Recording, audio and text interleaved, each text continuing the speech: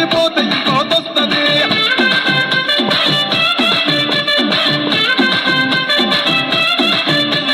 నల్లకన్నా అద్దాలు తొడిగిన పోరి అరే పడితే లైన్ల పడతది లేకపోతే తిడతది పోతే ఇసత పోతది అది పోతే ఇంకోతొస్తది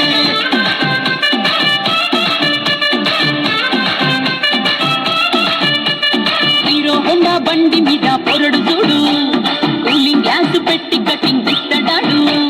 షారుఖ్ ఖాన్ లెక్క ప్రపోజ్ చేస్తాడాడు రిప్లై కోసం చెప్పులరగా తిరుగుతాడు